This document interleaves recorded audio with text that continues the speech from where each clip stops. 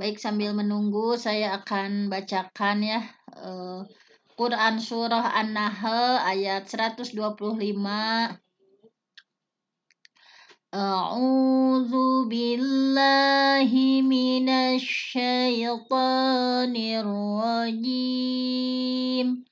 Bismillahirrahmanirrahim. Ud'u ila sabili rabbika bil hikmati wal mau'izatil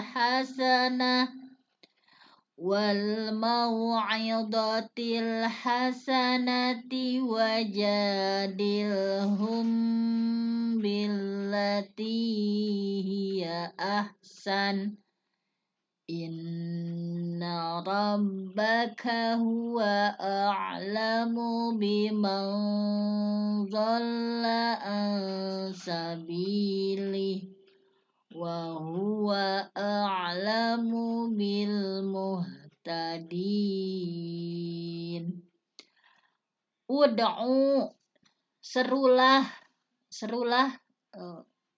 kepada Nabi Muhammad, ini perintah dari Allah. Ud'u, serulah, ud'u pendeknya serulah, ila sabili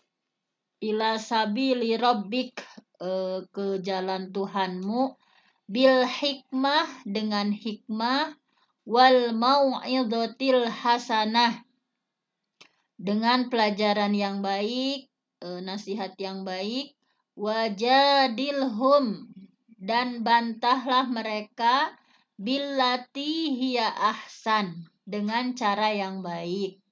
Inna, sesungguhnya, rabbaka, Tuhanmu, huwa a'lamu, dialah yang lebih mengetahui, biman dhalla, siapa yang tersesat, an sabilih, di jalan Allah, wa huwa, dan dialah Allah, a'lamu bil muhtadin, lebih mengetahui orang yang mendapat petunjuk. Nah, di sini ada ud'u ya, berasal dari kata da'a yad'u da'watan. Arti da'a yad'u da'watan itu menyeru, memanggil, mengajak, menjamu gitu ya. Dalam itunya ya, dalam kamus. Kalau kan di sini ud'u ila, kalau da'a ila artinya mengajak kepada. Ada da'i, kita sering mendengar kata da'i, yang berdoa, yang menyeru, yang memanggil gitu ya. Kemudian kita sering mendengar kata dakwah, masdarnya ya dakwah, seruan, ajakan, panggilan. Nah, maksudnya dari kata ini adalah ajakan atau seruan yang diperintahkan kepada Nabi Muhammad dari Allah Subhanahu wa taala. Ajakan kepada siapa? Kepada umat manusia untuk menuju jalan yang ditunjukkan oleh Allah, yaitu ajaran Islam. Nah, ila sabili rabbik. Nah, sabil itu berasal dari kata ini ya. Sabil jamaknya subul, artinya itu jalan raya. Kita sering mendengar kata Ibnu Sabil. Ibnu Sabil itu orang yang berjalan atau musafir ya, orang yang bepergian. Kita sering mendengar sabilillah, perjuangan ya, menuntut ilmu, perjuangan untuk melakukan kebaikan-kebaikan yang diperintah oleh Allah. Kemudian juga di sini yang dimaksudkan kalimat ila sabili rabbik itu apa? Jadi kembali ke jalan Allah, kembali ke agama Allah sebagaimana yang diserukan oleh Nabi Muhammad Shallallahu Alaihi Wasallam. Kemudian ada kata bil hikmah, ud'u ila sabili rabbika bil hikmah. Hikmah ya dari hakama, artinya memerintah, menghukum. Kalau udah dimasdarkan hikmah ya, jamaknya hikam, artinya itu mengetahui yang benar. Kata-kata hikmah kita sering mendengar. Yang dimaksud kata hikmah itu adalah segala sesuatu yang apabila digunakan akan mendatangkan kemudahan, mendatangkan keselamatan, serta menghalangi terjadinya madarat atau kesulitan.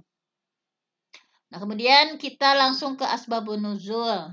Apa asbabun nuzul dari Quran surah An-Nahl ayat 125?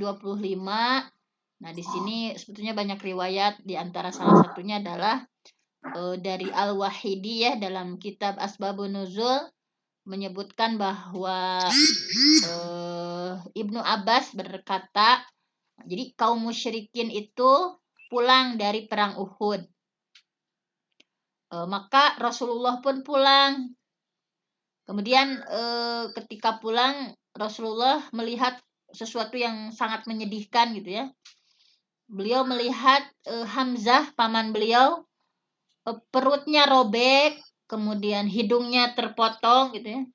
Kedua telinganya terputus karena kan dibunuh oleh Wahsy ya, yang diperintahkan oleh Hindun. Kemudian Rasulullah berkata, bakatku nyeri hati gitu ya. Andaikan tidak karena wanita ini bersedih, andaikan tidak karena para wanita itu bersedih atau ada tahun setelahku, maka sungguh akan aku tinggalkan dia hingga Allah mengirimkan ke perut hewan buas dan burung. Ya, bakatku kehe gitu. Sungguh aku akan membunuh 70 orang dari orang golongan kafir Quraisy ya sebagai pengganti. Kemudian Rasulullah mengambil kain ya, ditutupkan di wajah pamannya, tapi kakinya masih nampak gitu ya. Kemudian kedua kakinya ditutup dengan rerumputan. Rasulullah pun mendekat kepada jenazah pamannya gitu ya, sambil membaca takbir Allahu Akbar 10 kali. Allahu Akbar, Allahu Akbar, Allahu Akbar. Kemudian Rasulullah memanggil ya para sahabat untuk meletakkan Hamzah di tempat Rasulullah, dan Rasulullah pun mensolatinya sampai 70 kali. Nah, seperti itu. Nah, sebagaimana yang kita tahu bahwa korban meninggal dalam perang itu dari pihak kaum muslimin kan 70 orang gitu ya. 70 orang kan yang meninggal dari pihak umat Islam dalam perang Uhud. Ketika mereka dikuburkan gitu ya, saat penguburan itu maka turunlah Quran surah An-Nahl ayat 125 sampai 127. Maka setelah turun Quran surah An-Nahl ayat 125 sampai 127 itu, Rasulullah bersabar gitu ya. Dengan kesabaran yang tidak bisa dilakukan oleh manusia siapapun. Sabar gitu. Setelah turun Quran surah An-Nahl 125 sampai 127. Jadi kalau sebelumnya tadi mungkin ada secara manusiawi ya, Rasulullah juga ada sifat basyariah sampai menyebutkan tadi ya akan membunuh. Tapi setelah turun Quran surah An-Nahl ayat 125 sampai 127, kesabaran Rasulullah luar biasa. Kemudian selanjutnya kita akan lihat gitu ya, bahwa dalam menyeru kepada agama Allah itu dilakukan melalui 3 tahap atau 3 tingkatan gitu. Yang masing-masing tahap itu sesuai dengan kondisi objek dakwah kita itu seperti apa. Nah, 3 tingkatan itu apa saja? Yang pertama adalah ud'u.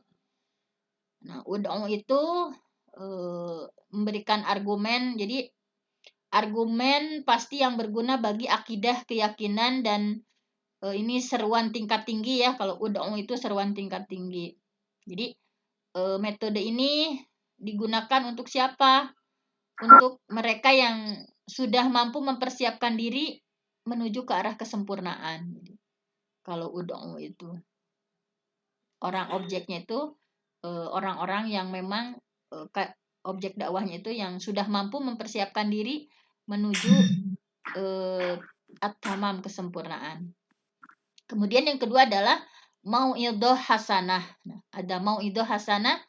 Ini adalah seruan dengan cara-cara yang sesuai dengan situasi dan kondisi objeknya, yang bisa diterima oleh manusia, misalkan untuk sampai kepada kebaikan itu seperti apa. Jadi sebetulnya objek seruan ini sama ya dengan yang pertama, tetapi mungkin ini levelnya lebih bawah gitu. Jadi objek dakwahnya mereka yang belum meningkat ke arah derajat kesempurnaan, tapi masih tetap pada fitrah asliyah. Jadi memegang agama Allah gitu ya, bersih dari segala kotoran jiwa, bebas dari budaya perselisihan. Nah, ini kebanyakan orang gitu seperti ini gitu. Jadi memang kebanyakan orang itu cocoknya dengan mauizah.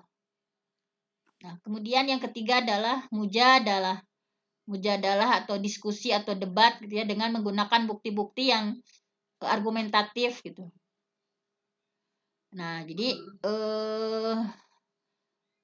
tadi misalkan ada ketika kita dakwah kan terkadang ada perlawanan yang berat gitu ya, ada yang ya tidak langsung menerima.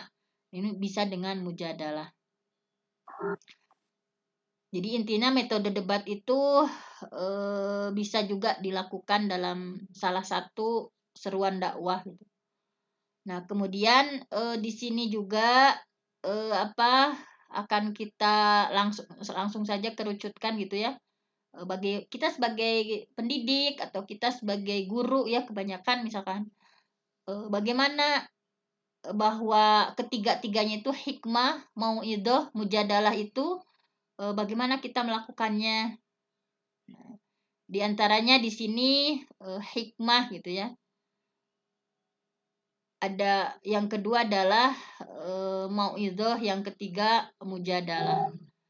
Nah, kita lihat ketiga-tiganya itu dalam kondisi seperti apa. Sebentar saya akan ringkaskan dulu gitu ya. Ketiga ini dalam ringkasannya itu intinya konsep pembelajaran atau konsep pendidikan seperti apa yang bisa kita ambil. Yang pertama itu tadi kata kuncinya adalah al-hikmah. Jadi al-hikmah itu adalah kita berdialog dengan kata-kata yang bijak gitu ya. Sesuai dengan tingkat kepandaian setiap orang yang kita ajak misalkan. Jadi hikmah itu intinya berdialog dengan kata-kata yang bijak sesuai dengan ala qadari ukulihim, tingkat kepandaian seseorang. Jadi seperti itu. Adapun kalau yang kedua itu adalah mauidhah. Mauidhah itu kan nasihat gitu ya. Mauidhah itu nasihat. Nah, nasihat yang hasanah gitu ya. Karena nasihat juga kan ada yang baik gitu ya. Ada juga yang malah tidak bisa diterima gitu oleh orang yang kita ajak bicara. Jadi mauidhah di sini dalam Al-Qur'an disifati dengan kata-kata hasanah, nasihat yang baik gitu. Kan terkadang kita juga memberikan nasihat, tujuannya nasihat tetapi malah tidak diterima dengan baik orang yang kita berikan nasihat gitu. Nah, makanya dalam kali ini gitu ya ada mauidhah hasanah. Jadi nasihat yang baik. Nah, yang ketiga itu adalah mujadalah, diskusi ya. Mujadalah kalau kita praktekkan dalam kegiatan sehari-hari itu, misalkan dalam pembelajaran, mujadalah itu bisa dengan diskusi. Nah, tetapi di sini juga ketika diskusi atau berdebat disifati dengan ahsan gitu. Mujadalah billati hiya ahsan. Dengan terbaik gitu ya. Kalau mau ido hasanah, kalau nasihat itu baik, kalau ini terbaik gitu ya. Kalau mujadalah itu terbaik. Nah, intinya seperti itu. Jadi mau ido memberikan nasihat yang baik, jidalma berdiskusi dengan baik tanpa mencela argumen atau pendapat dari orang lain. Jadi seperti itu. Kemudian di sini Allah menyuruh ya Rasulullah agar mengajak makhluk kepada Allah dengan hikmah, yaitu seperti apa, dengan berbagai larangan dan perintah yang terdapat dalam Quran dan Sunnah, agar mereka itu waspada terhadap siksa Allah. Kalau menurut Quraisy Shihab, hikmah itu berdialog dengan kata-kata yang bijak sesuai dengan tingkat kepandaian tadi ya yang diajak bicara gitu. Kemudian beliau lebih lanjut menjelaskan bahwa hikmah juga sesuatu yang apabila digunakan itu mendatangkan maslahat gitu, mendatangkan kemudahan gitu. dan terhalang adanya madorot atau kesulitan gitu. Itu dengan hikmah yang bagus. Jadi yang paling tepat itu yang pertama gitu ya, hikmah itu adalah tahu yang paling utama dari segala sesuatu, baik pengetahuan maupun perbuatan. Kalau dibahasakan malah ilmu amaliyah, amal ilmiah gitu. Bahwa ilmu yang didukung dengan amal dan amal yang tepat didukung dengan ilmu. Jadi itu menurut pendapat Quraisy Shihab, hikmah di sana itu maksudnya adalah ilmu amaliyah, amal ilmiah. Kita beramal berdasarkan ilmu gitu ya.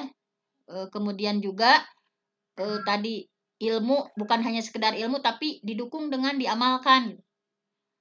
Tapi kalau menurut Hamka, hikmah itu adalah bijak gitu ya, bijaksana, akal budi, dada yang dada yang lapang gitu, hati yang bersih. Nah, seperti itu.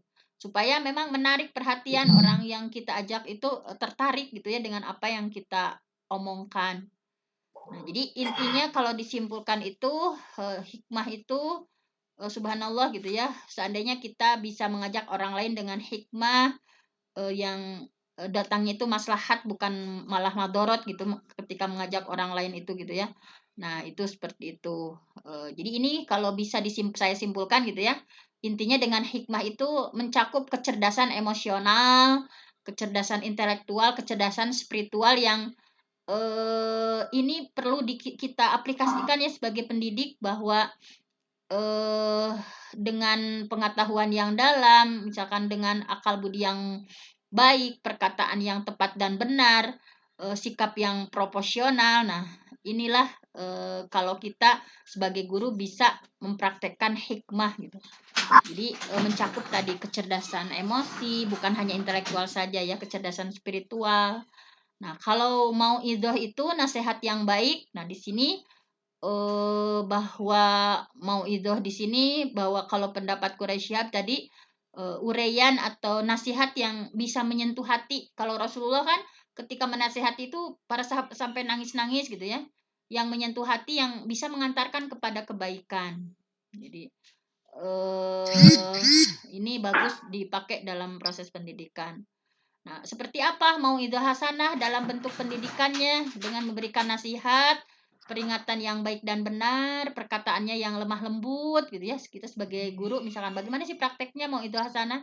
Perkataan yang lemah lembut, penuh dengan keikhlasan, sehingga peserta didik itu terdorong untuk melakukan segala aktivitasnya itu dengan baik, itu bukan dengan terpaksa. Dengan mau idoh hasanah itu di dalamnya ada targib misalkan targib ya ke arah jadi seruan untuk seperti ada reward, ada iming-iming balasan kebaikan, juga ada tarhib supaya gimana murid kita meninggalkan keburukan dengan peringatan-peringatan dari kita gitu ya. Nah, seperti itu. Jadi mau idoh itu baru akan mengena sasaran bila ucapan yang disampaikan itu disertai dengan pengalaman dan keteladanan dari yang menyampaikan. Jadi ketika kita memberikan nasihat, tetapi kita pun belum melaksanakan, nah itu akan masuk telinga kanan, keluar telinga kiri. Tapi dengan mauidhah itu disampaikannya itu akan berarti ketika dengan pengalaman dan keteladanan dari kitanya. Nah, inilah ya yang disebut dengan mauidhah hasanah. Kalau tidak seperti itu, bukan mauidhah hasanah, tapi mauidhah sayyi'ah gitu. Itu yang harus dihindari. Jadi tadi mauidhah itu biasanya mencegah sasaran dari sesuatu yang kurang baik gitu ya, yang bisa mengundang emosi dari yang menyampaikannya. Nah, jadi ini harus betul-betul gitu ya dalam mauidhah itu inti kata kuncinya adalah ada keteladanan. Misalnya jangan gini, jangan gitu. Nah, kita pun sama. Kalian jangan bohong, kalian jangan kesiangan, kalian jangan. Tapi kita pun sebagai guru memang mengalami dan menjadi teladan gitu. Bukan hanya sekedar nasihat yang keluar dari lisan, tapi nasihat yang keluar dari hati. Nah, terakhir ini metode jidal, metode debat gitu ya. Kalau ringkasnya itu bahwa Rasulullah menempuh cara dakwah gitu ya dan berdiskusi dengan cara yang terbaik. Bahwa mujadalah debat atau diskusi itu bagian dari dakwah atau bagian dari pendidikan bahwa metode diskusi kan contoh kegiatan yang memang active learning ya, kita sudah banyak mempraktekkan, misalkan apalagi dalam ke-13 dari active learning itu. Nah, terinspirasi dari kalau dalam Al-Qur'an itu dari mujadalah billati hiya ahsan, bahwa murid sebagai student centernya. Jadi jidal merupakan metode pendidikan seperti hikmah juga mauidhah. Tapi jidal itu ada 3 macam ya. Ada jidal yang buruk. Nah, kita sebagai guru harus terhindar dari jidal yang buruk. Yaitu jidal yang disampaikan dengan kasar, misalkan dengan kasar gitu ya, debat dengan kasar, diskusi dengan kasar. Kemudian ada jidal yang baik, yaitu jidal yang disampaikan dengan sopan, menggunakan dalil-dalil ataupun dalih, walaupun hanya diakui oleh lawan. Nah, kita harus berupaya untuk yang ketiga, jidal yang terbaik. Yang seperti apa? Yang disampaikan dengan baik dan dengan argumen yang benar, serta bisa membungkam lawan kita. Gitu. Kalau yang baik itu hanya diakui, benar misalkan. Tapi jidal yang terbaik itu yang disampaikan dengan sopan, dengan baik, dengan argumen yang rasional, bisa dipertanggungjawabkan, dan bisa membungkam lawan kita. Nah, jadi seperti itu. Nah, subhanallah, ketiga metode itu mudah-mudahan kita diberikan hidayah taufik oleh Allah, bisa mempraktekkan ya, baik hikmah, mauidhah hasanah, dan mujadalah billati hiya ahsan. Mungkin hanya itu saja, mudah-mudahan menjadi bekal kita sebagai seorang guru, lebih bijak lagi dalam menggunakan metode pendidikan, kapan kita harus hikmah, kapan kita harus mauidhah hasanah, kapan harus mujadalah billati hiya ahsan.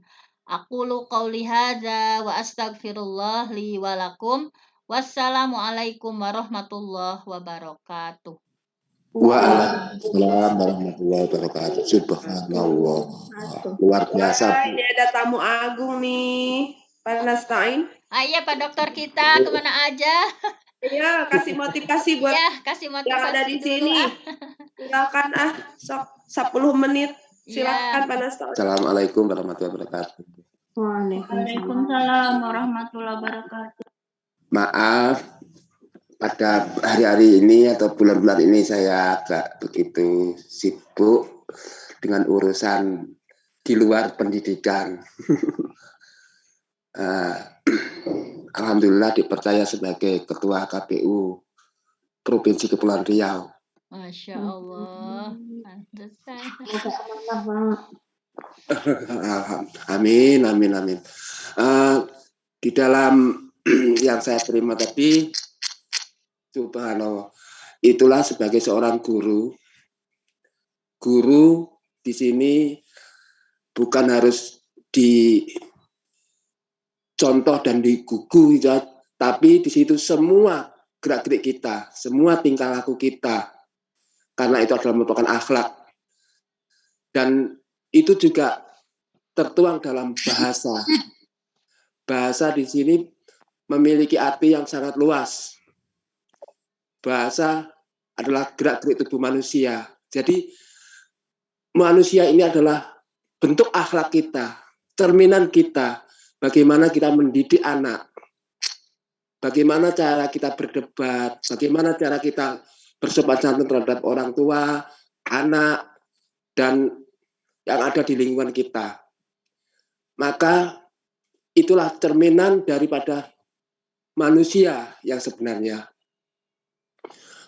Karena manusia merupakan makhluk sosial.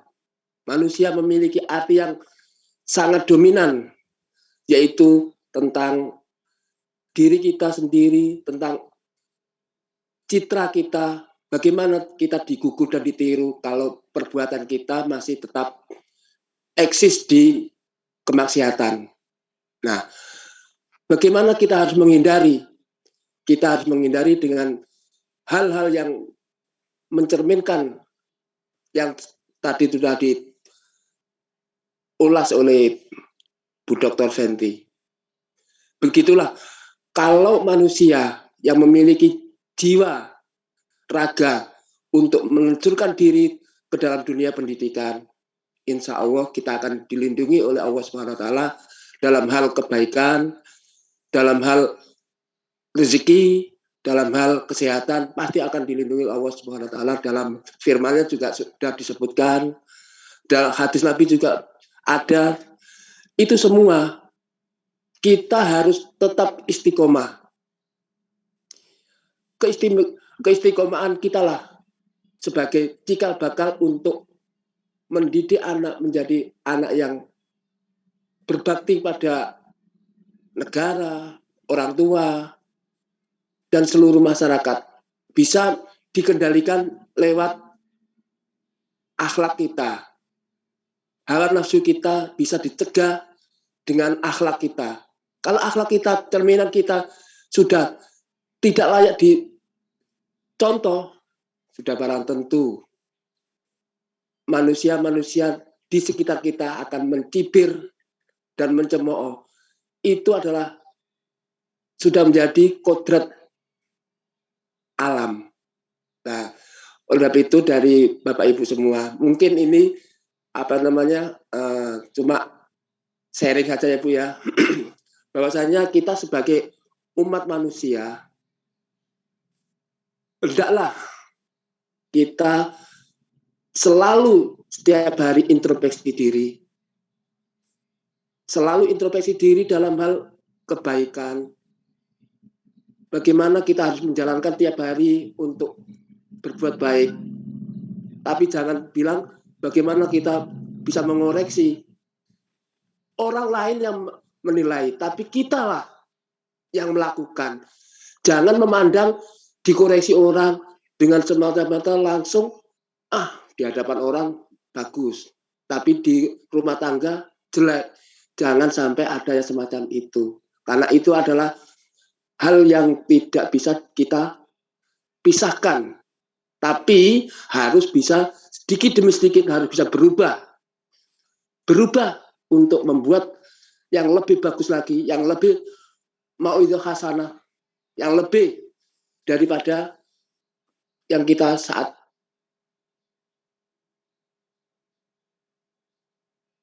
guru yang profesional harus mengedepankan etika. Jangan sampai kita mengedepankan ego. Kalau kita mengedepankan ego, sungguh berantakan pendidikan Indonesia ini, karena sesuai dengan apa yang disampaikan oleh Bu Fenty tadi. Itu aja Bu, demikian. Saya akhirnya Assalamualaikum warahmatullahi wabarakatuh. Waalaikumsalam warahmatullahi wabarakatuh. Terima kasih Bapak Doktor sudah mampir ke sini, sudah memberikan mauidhatul hasanah dan sudah memberikan motivasi untuk kita semuanya yang hadir pada pagi hari ini. Semoga kita mengambil ibrah dari semuanya dan selamat bertugas. Semoga menjadi orang yang selalu bermanfaat untuk amin. Ya. Hari ini hari Senin ya, biasanya kita bergelut dengan aktivitas. Sekarang masih libur kah semuanya? Alhamdulillah masih libur Bu. Saya. Nah, kalau mau libur kita kopdar aja yuk. Ya dekat aja. Kopdar di mana ini? Kopdar di